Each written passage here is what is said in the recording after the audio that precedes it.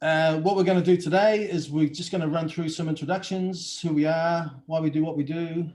I'm going to talk about DNA 101, and then we'll talk about DNA and genealogy, and then we'll start to touch on the specifics of the actual Fitzpatrick DNA project. First, a little bit about the Fitzpatrick Clan Society.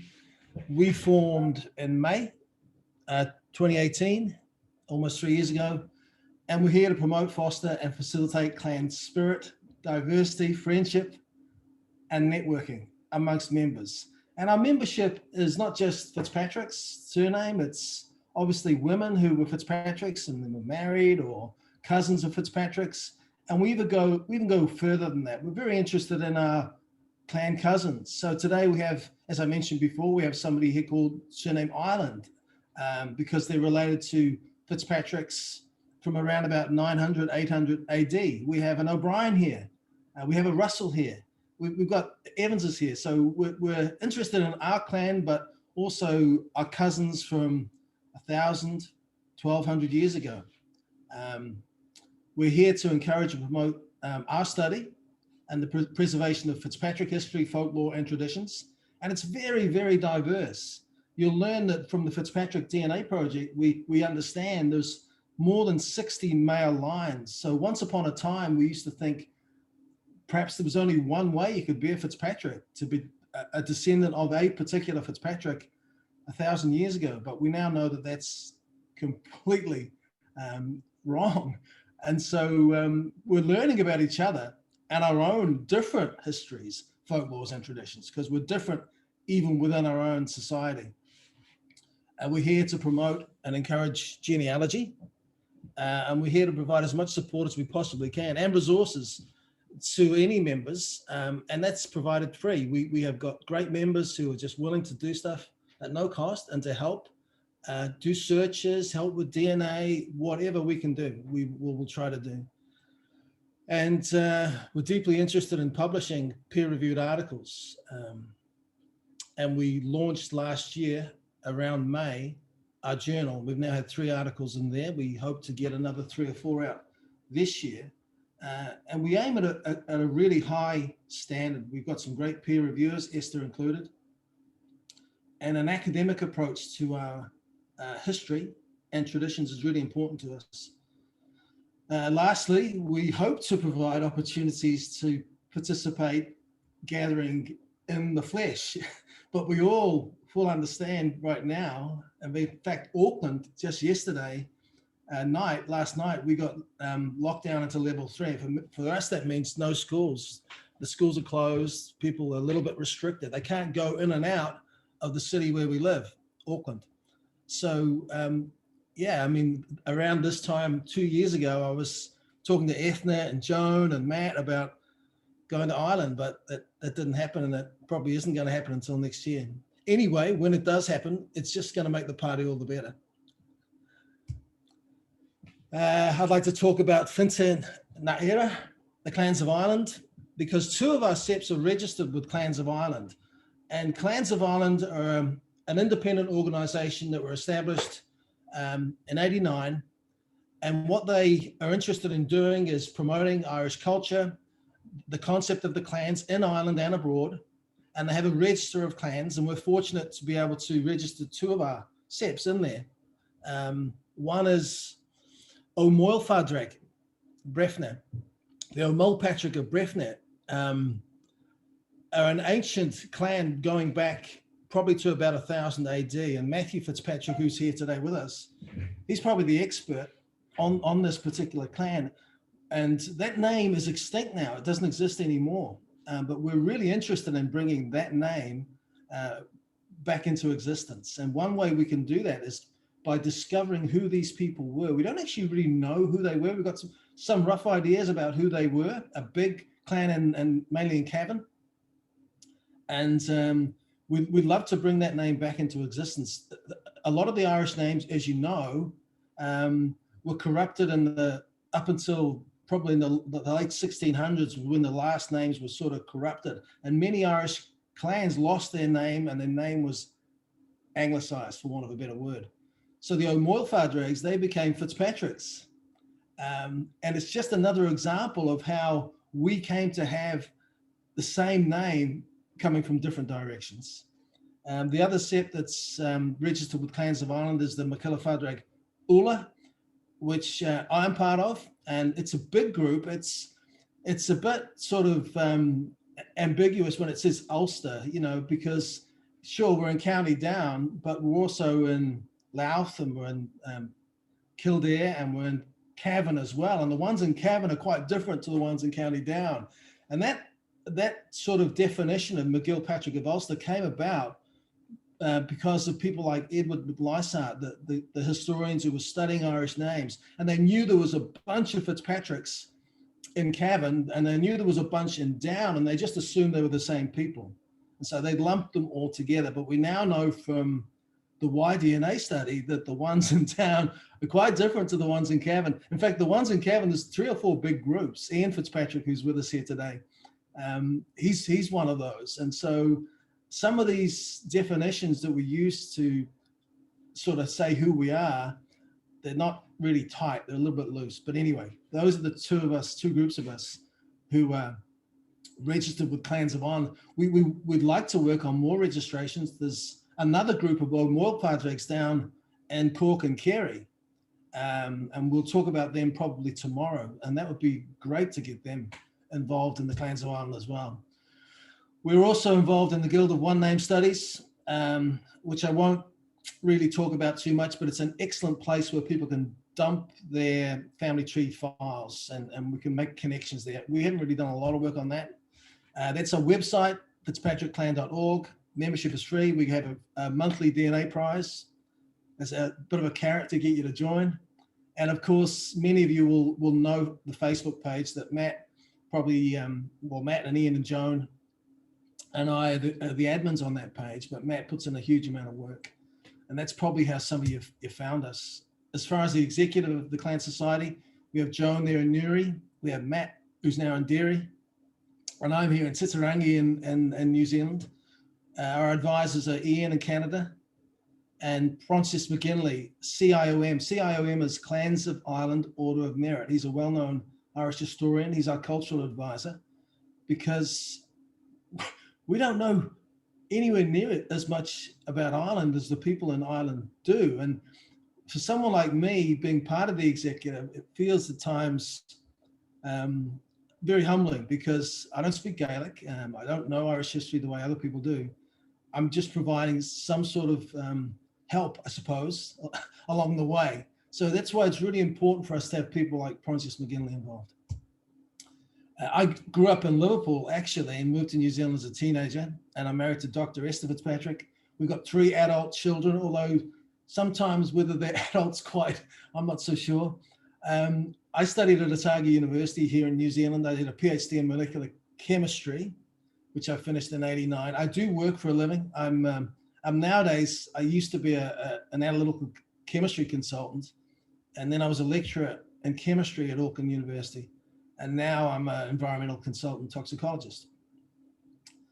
So now we can start talking about DNA. Thank you for putting up with me. And we're going to start right at the beginning, right with the basics. So DNA is deoxyribonucleic acid, DNA. And if you could look at it through a microscope, it will look like a big twisted ladder. And many of you will have seen images of that twisted helix. And that is what the DNA molecule looks like. It's a big molecule, but it's not a particularly complicated molecule. And we can understand it, and we need to understand it, I think, if we're doing genetic genealogy at a basic level, we can understand it as being made of 3 components.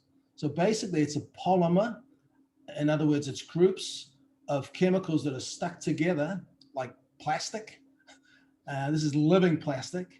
And these building blocks are what we refer to as nucleotides.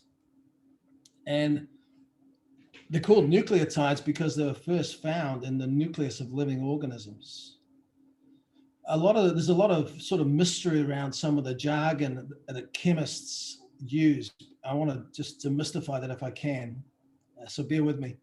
And a nucleotide is basically a nitrogen base, and that's that thing there on the left of the screen, it's got nitrogen in it. Those are the ends. The reason it's a base is because some of these nitrogens can take on another hydrogen, so it reacts with an acid. So there's nothing mysterious there. It's made up of that base. It's made up of this deoxyribose. Now, anytime you see in chemistry OSE, like glucose or fructose or ribose, that O's means it's a sugar, okay? So deoxyribose is ribose, a sugar, that's lost an oxygen, deoxyribose. So that's what that is. And that little thing there is a phosphate. And they are the building blocks of deoxyribose nucleic acid.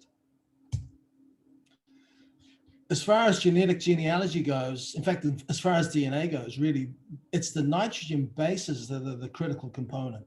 And there are only 4. And this is some of the beautiful simplicity that comes with DNA. It's so simple at a molecular level. And the 4 bases are cytosine, guanine, adenine, and thymine. And the molecular structures are there, but we're not really interested in them. The key take home here is you'll see that CGAT time and time again when you study DNA. And that's what the CGAT means. It's referring to these bases, okay? In DNA, those bases pair up with each other. So you also see that terminology, base pairs, and that's what it means. It means 2 of those bases are connected together, and they form the rungs of the ladder. The outer part of the ladder, I don't know what that thing's called. The outside of the ladder is made up of the phosphate and the deoxyribose, but the inner rungs are made up of those bases, and they pair up. And adenine will always pair with thymine. Cytosine will always pair with guanine, okay? And that's important to remember as well. We doing okay? Esther, if you see any chat and people are screaming because it's too technical, you'll let me know. I'm doing well. Okay.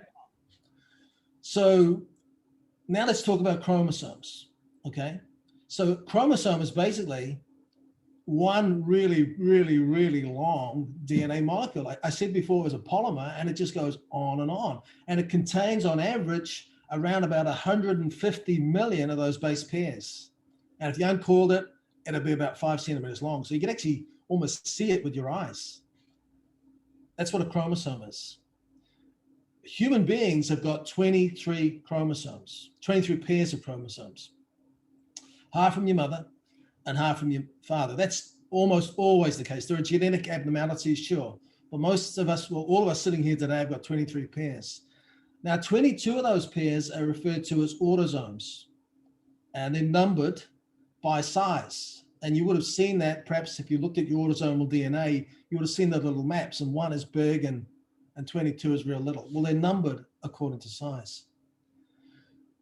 You have 2 other chromosomes that are your sex chromosomes, and 1 is denoted X and 1 is denoted Y.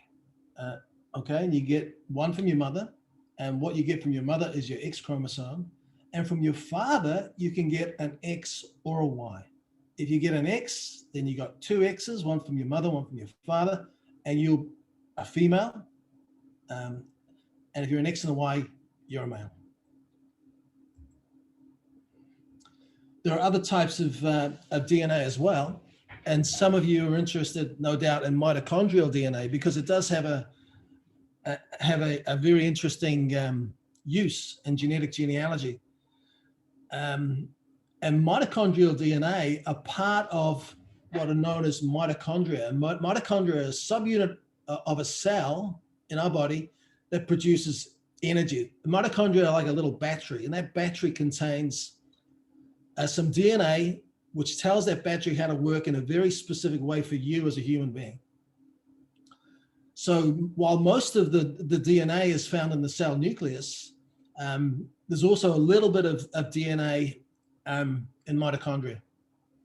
And mitochondrial DNA is useful because in almost all cases that we know of, 100% of our mitochondrial DNA is inherited from our mother. So it becomes a great way to identify and track back our maternal line. It is, however, possible to get some mitochondrial DNA from your father. And the way that works is we understand conception. We have a human egg and we have a human sperm. And the human egg has got mitochondrial DNA. It's got energy in there. And the sperm, in a sprint to conceive, it has mitochondria and it has mitochondrial DNA. But in the big sprint to conceive, all of that energy gets burned up, supposedly.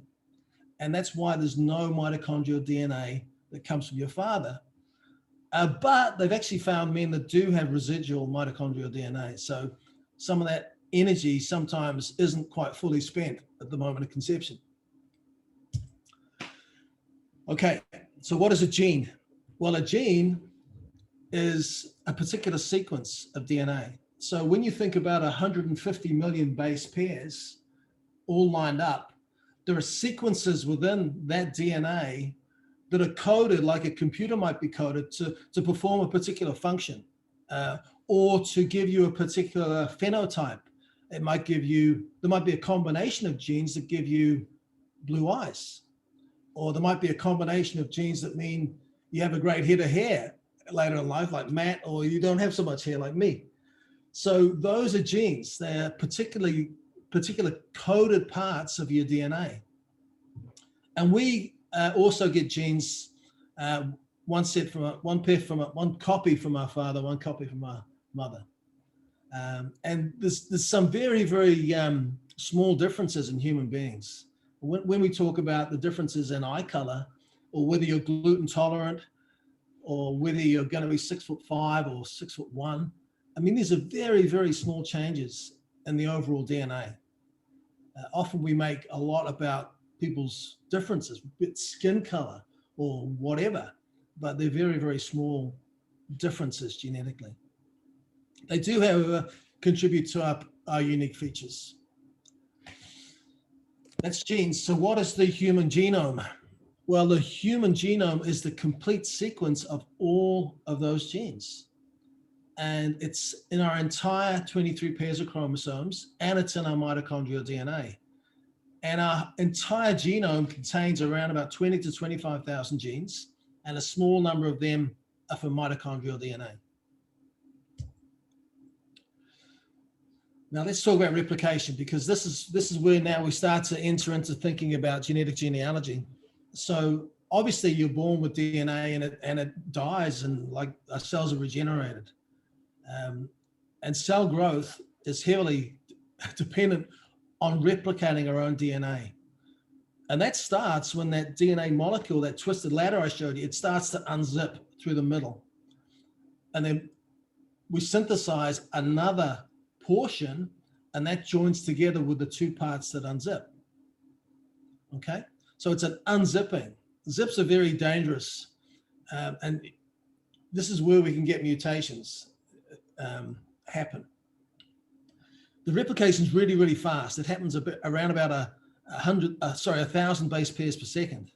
And so there's lots of opportunities for mismatching those bases. Imagine that ladder with millions and millions of bases unzipping and zipping. It's really quite easy, actually, for those rungs of the ladders to become misaligned with each other.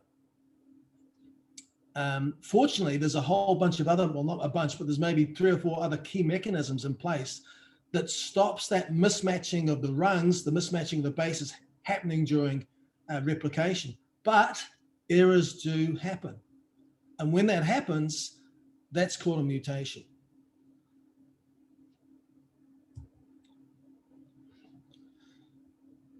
You might have read in 2003, there was a big science project that had been going for several years that was completed, where they finished mapping the human genome project. So that's a project that's done and dusted. We now understand what makes human beings who we are genetically, and how we're different to apes or dogs or trees.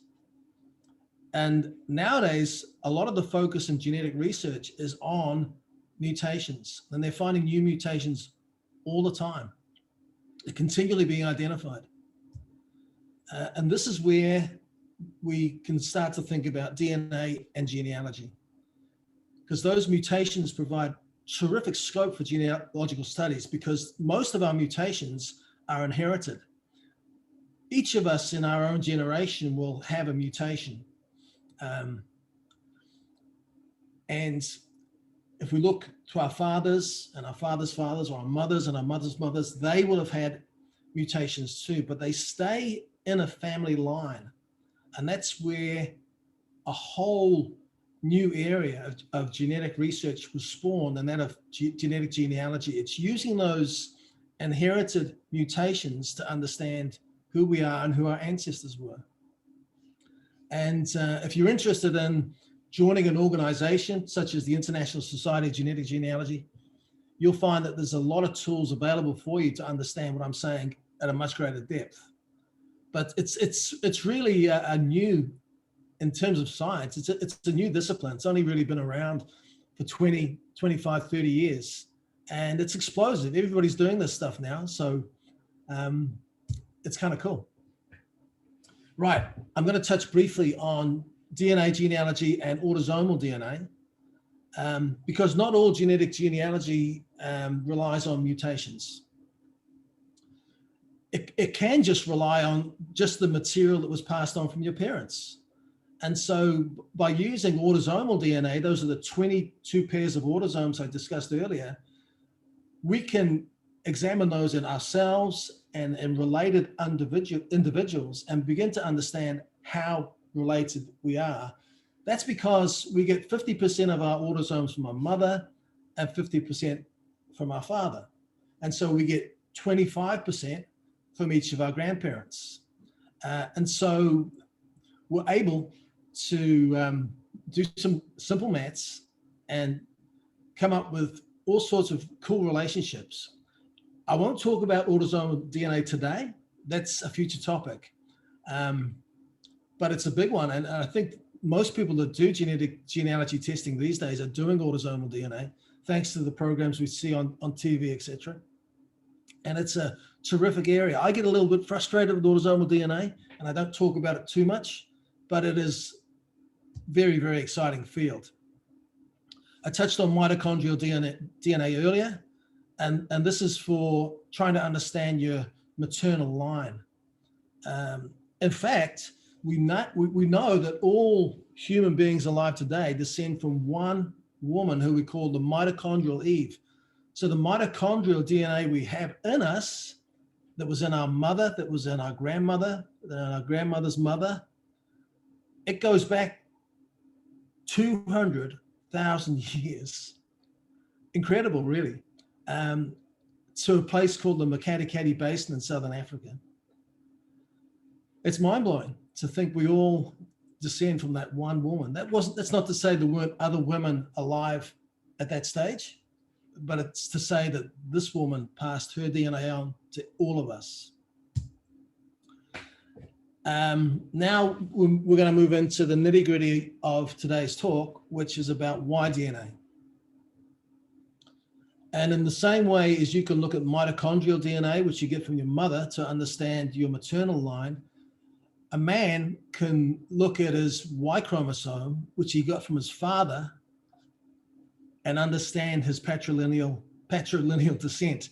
In the same way, actually, as the mitochondrial Eve, we know that all human males alive today descend from a common ancestor also around 200,000 years ago in Central Northwest Africa.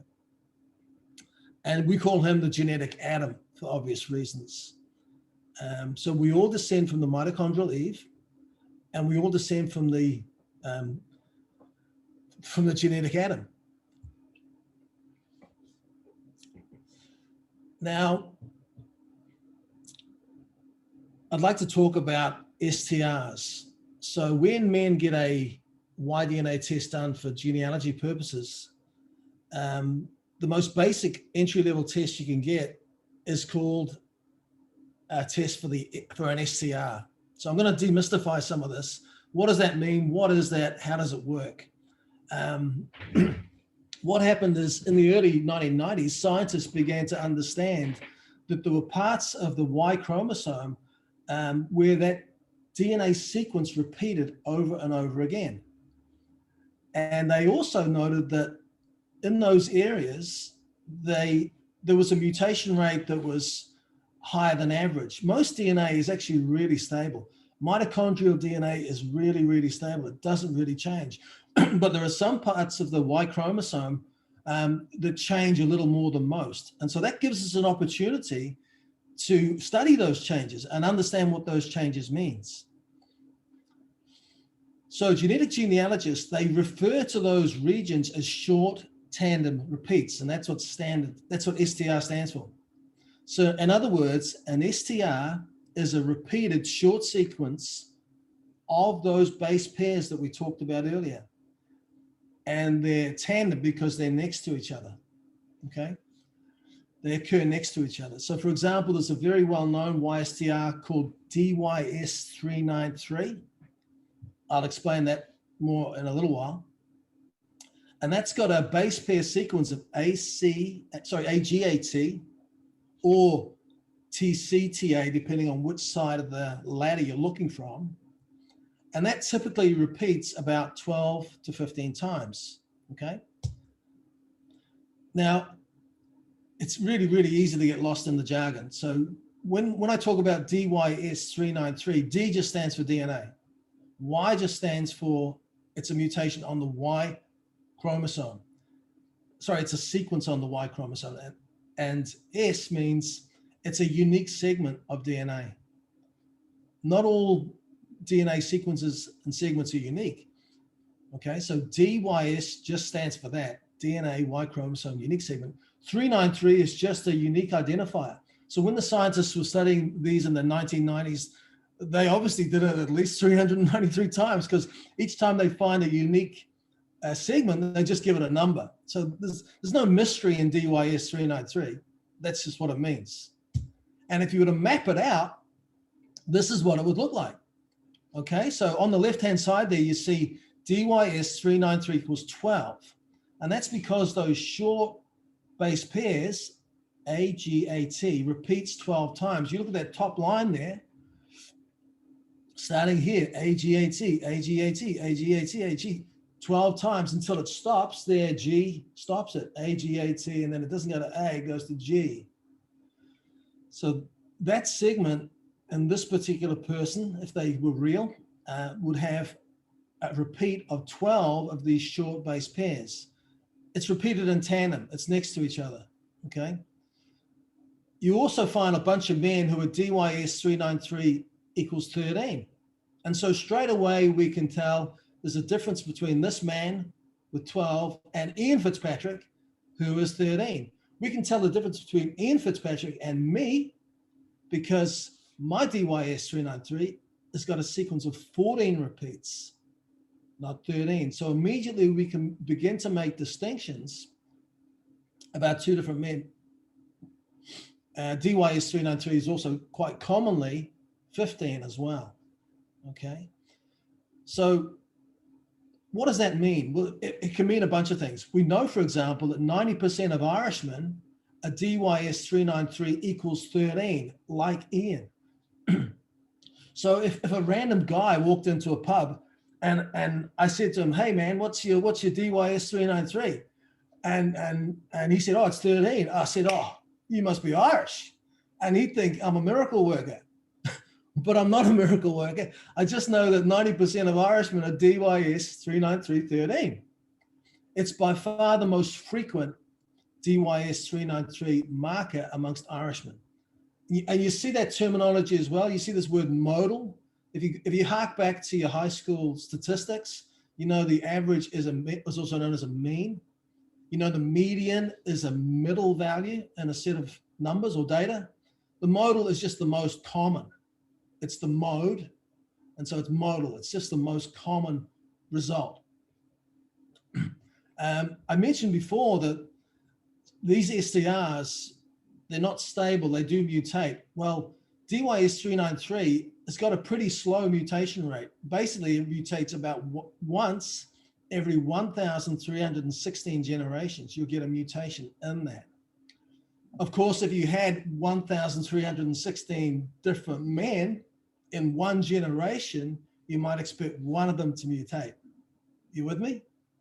It's got a slow mutation rate, But if you have a bunch of people, you're going to see that mutation rate occur not too uncommonly.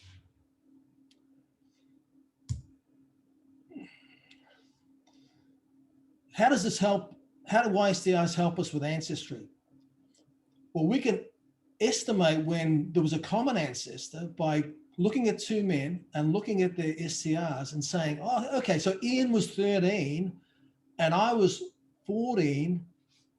We can do some maths around that and say, well, it's statistics, actually. I shouldn't call it mathematics. It's probabilistic, it's statistics. So we can compare two men and look at the STR differences and do some maths around that and say, okay, the mutation rate of this STR is this, and the mutation rate of this STR is that, and this STR is something different. And by putting that whole bundle together, some very clever people have been able to figure out probabilistic relationships over time. Now, what we have here is if you're a member of FTDNA, and if you've had a Y-DNA test done, you'll know exactly what I'm talking about when I talk about this page. This is a page that shows my 111 marker. So I've had 111 of those STRs measured. These are my matches, some of my matches at the 111 marker level, okay? And you see there, there's a genetic distance between myself and Brian Paul of 1. I'll talk about the big Y-STR match column in a different session. Just look at the column on the far left. There's a genetic difference of 1 between me and Brian Paul, who's my uncle. Even though he's my father's brother, we've got a difference of 1. So of the 111 markers, we're the same on 110, but we're different on 1. And then we come down to my next closest match, which is Stephen. Stephen was born in Scotland, lives in New Jersey, and he and I differ at 2. And then we come down to Mick, and Mick lives near Annalong in County Down, and Mick and I are different at 4 out of 111. And if you look at that little tip, that little orange badge there, that's FTDNA's tool. It's their time predictor tool for figuring out what that genetic distance means, okay? So if you go in there, if you go into that tip tool, this is what it looks like. Now I know for a fact, this is a match between Stephen and myself. I know for a fact that Stephen and I are not related within 6 generations, okay? So I'm telling this mathematical program that Stephen and I are not connected in 6 generations. What is a genetic difference of 1? Okay, what does a genetic difference of 1 mean statistically? It means that we've got around about an 80% chance of being related in 8 generations. 8 generations. So Stephen and I are both born about 1960, 8 generations, 30 years a generation, 240 years. That's saying that Stephen and I should be related from around about 1740, around there, 1720, 1740, between 1700 and 1750. And that's a result I really believe. I can't find Stephen in any paper records. It's tantalizingly close. But a genetic difference of 1, sorry, it's not 1, it's 2. Okay, a genetic difference of 2. A genetic I want to go back to that screen again because, yeah, this one here? yeah, you just did put them wrong there. So just go back to the 2. Yeah, okay. So I launched into talking about myself and Stephen, and I was saying we had a genetic difference of 1. We don't. I have a genetic difference of 1 with my uncle, my own uncle. Stephen looks really, really close, a genetic difference of 2. And when you want to calculate how close Stephen is to me, the mathematical program at FTDNA is telling me that there's an 80% chance that we're connected between 1700 and 1750. So not close enough in County Down to be able to find paper records to account for that. That's the sort of maths FTDNA can do for us, but it's not fallible. It's infallible. There's another tool. Okay, if you really, really want to dig into this sort of maths, there's a great tool there at Dean McGee's site, and there's the hyperlink. And basically, he takes that little tip tool and he expands it into something that we can use and tinker around with. So this gives you the ability to enter STR data for a bunch of people. I'll do a more advanced session on this, or probably Ian Fitzpatrick will do a more advanced session on this subsequently. My point here is, just looking at the clock, is this is a great tool for figuring out how close you are to other men based on your Y-STR data. And it does things like throw up these great little charts. And you see Ian Fitzpatrick, he does this all the time. He's a real wizard at this sort of stuff. And what this is a chart that outputs from that program, McGee, showing you the estimated relationships between men. So these are DNA kit numbers, and it's showing that, say, this guy here is related to this kid here at around about 270 years ago. That's just like a tip predictor tool that FTDN is on steroids. This is looking at all sorts of people at the same time. So it's a very clever bit of maths. That's the sort of thing that Y-STRs can do for you and a group of people. But like I said, it's not infallible. And let me show you why, because here's the rest of my 111 marker matches. I've got my uncle, I've got Stephen, I've got Mick, and then I've got Casey, who's in California. I've got Brett, who's in Australia. I've got John. Now these guys all from County Down, but John is from Eastern Kildare. He's different. And then there's Joseph, who's also from County Down. So these men, it's saying to me, are progressively more distant.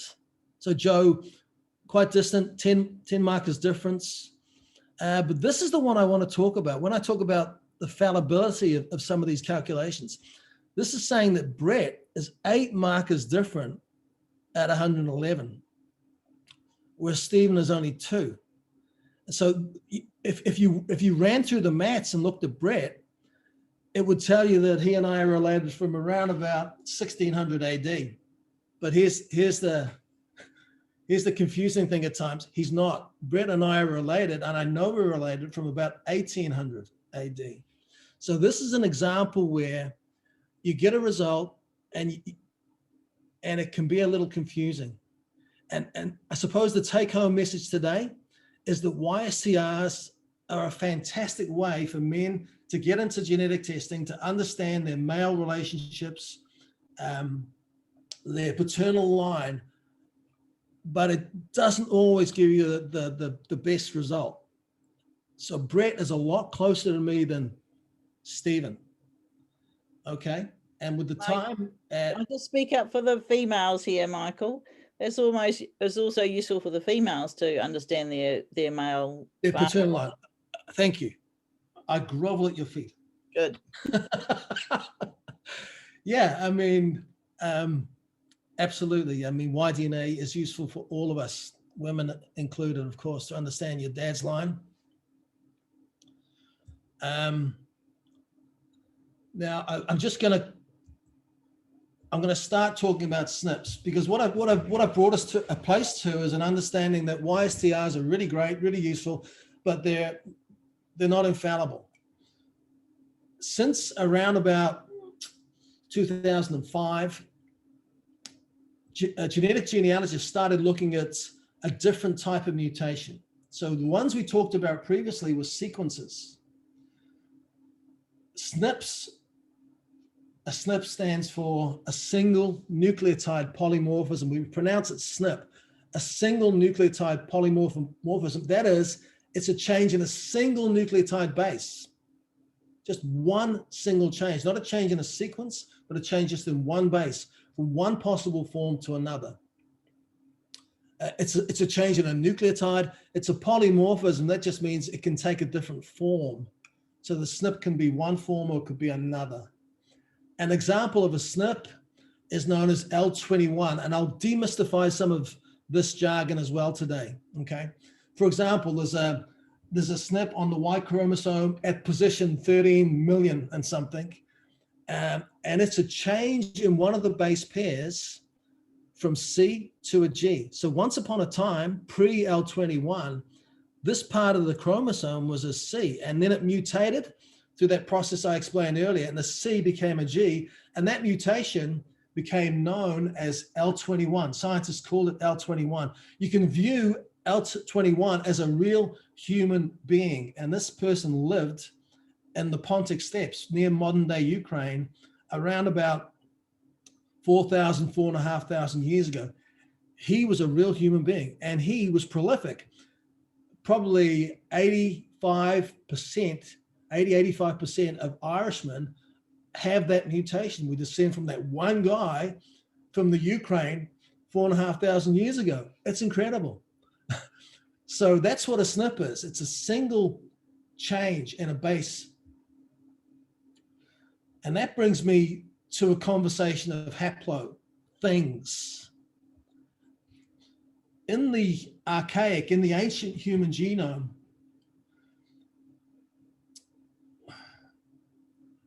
it's basically possible to collate all of the single mutations, all of the SNPs into one amazing big genetic tree. And so it's possible to place men on a great big Y DNA tree according to those mutations, and that those mutations group together into branches, into blocks, just like on a traditional family tree. You might have a grandparent or a great grandparent, and under them you have lots of little branches come off. It's exactly the same with genetic genealogy when you look at these haplo trees, these genetic trees. And a haplotype is a very, very specific address to someone on the tree. More about that in a minute. The branches of the tree all have different letters. And so at the moment they run from A to T, and you might have seen maps like this before. So A occurs in Africa, and then you can see the spreading out of people and men all over the world. There's maps like this all over the internet. You can see that we Irish men, most Fitzpatricks on the study are R1b, and you can see how that evolved and how it came out of Africa into the Middle East, across Europe. This map has got it going into Iberia, but this map's a little old. It may be a little bit more refined than that.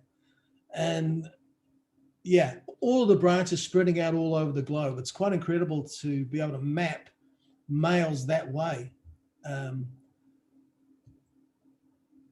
It's also, as well as being quite simple, the Y-DNA map is actually incredibly complicated.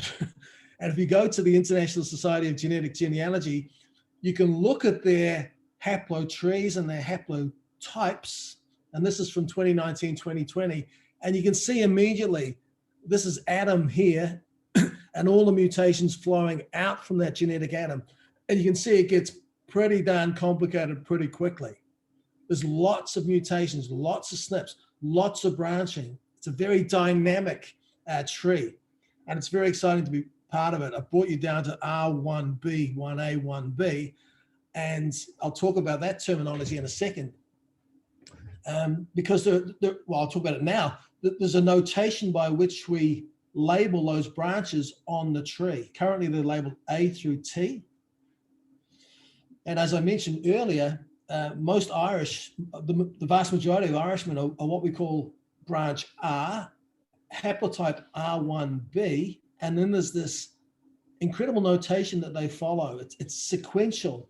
So every time you get a mutation on that haplotree that I showed you, they assign a different number, a different letter to the branch. So Ian's branch is R1b, 1a, 1b, 1a, 1a, 2, C1a, 3. And I'm a little different. I am A4. That's referring to a specific address on that genetic tree. Okay. Now, scientists being who they are, they love to create confusion, and they use the same different names for the same thing. So as well as seeing that long form mutation for Ian and his particular part of the tree, the SNP, the actual mutation we're talking about, occurs at that position on the Y chromosome. So the SNP is at 19221580. We know it's a thymine to adenine mutation. It's a T to A. So there was a T changed to an A at that particular point in Ian's little clan. that notation is only valid for what we call HG38. This is human genome 38. It's the build of the human genome, because as I said earlier, we're constantly understanding the human genome, constantly doing modifications and changes, and we're up to version 38 of the document of the human genome, if you like. That SNP of Ian's can also be referred to as that RS, whatever it is, and that's a genetic database that's hosted by NCBI. But this is the mutation, this is the mutation I really want to talk about. This is a really cool shorthand mutation that we use frequently, and it's really easy to remember. So Ian is part of a group of men known as FGC 11134. And that's a lot easier than having to remember that or that long form. So for the rest of my talks, we're pretty much going to talk on, when we talk about SNPs, we'll be using this sort of mutation. I'm ZZ10 with a pair of eyebrows. I don't know what the eyebrows mean, but I do know what the other stuff means, okay? Let's demystify some of the SNP naming. Many groups discover these SNPs that I'm talking about. L21 is called L21 because it was discovered by Leo Little. And so the L, I don't know whether it stands for Leo or Little, but it's in honor of Leo Little. That's why it's L21. He discovered it. FGC 11134 is named by after the Full Genomes Corporation, FGC. It's also known as Y3550 from Y Full, who are a Russian group. Z, I'm Z255, and Z just stands for a group of independent researchers. Tim Fitzpatrick's here today. He's with us. He's A1487, and that's named after Astrid Kahn, a well-known genetic genealogist. The BY2849, which is me, that's named after the discoverers, which was the big Y500. And now, if you look at the mutations that are coming through, the new ones that they're finding now at FTDNA, they're called FT, stands for family tree DNA. So that's, if you see that notation and get confused by the numbers, what the heck does it all mean? It's not complicated. It's just they're named after somebody. That's how they take their name. And all of these things can be viewed as a person in the past who had that mutation. I think I'm going to stop after this slide. So we'll have the slide, then we might have a few moments for comments because we're approaching the hour. I want to just talk about that Y-SNP shorthand. I mentioned before, you know, a guy goes into a bar and he sits down next to me and he says to me, "Oh, I just had a genetic test done." And I said, "That's cool. What are you?" And he says, "I'm R1B." And I said, well, that's really great. And he says, "Yeah, I'm L754, L384. This is a sequence of mutations for Ian Fitzpatrick, who just sat next to me." And that just gets lost in my brain, but there are key mutations that we learn about. So if Ian was to say to me, "I'm L21, I go, "Oh, you're L21, I'm L21. And Ian would then say, "Oh, I'm FGC 11134. I say, "Oh, okay. So you've been in Ireland for a long time. Your people landed in Ireland maybe 4,000 years ago." You go, "Yeah, how do you know that?" "Well, you know, I know a little bit about FGC 11134. And then he'd say, "Oh, you know, and I'm BY9001. I'm like, oh, what's that all about?" He says, "Well, it's a really interesting branch from Brefnet." And I go, "Yeah, okay." And so this is a language that we learn to speak. We learn that these SNPs can be incredibly useful at labeling people where they're from. Eventually, Ian would get down to the fact that he's BY12234. And I'd say, "My goodness, you're a Fitzpatrick like me. What a coincidence." Because that is a Fitzpatrick specific mutation. Only Fitzpatricks carry this. And that's a great place to finish the talk for today and carry on tomorrow.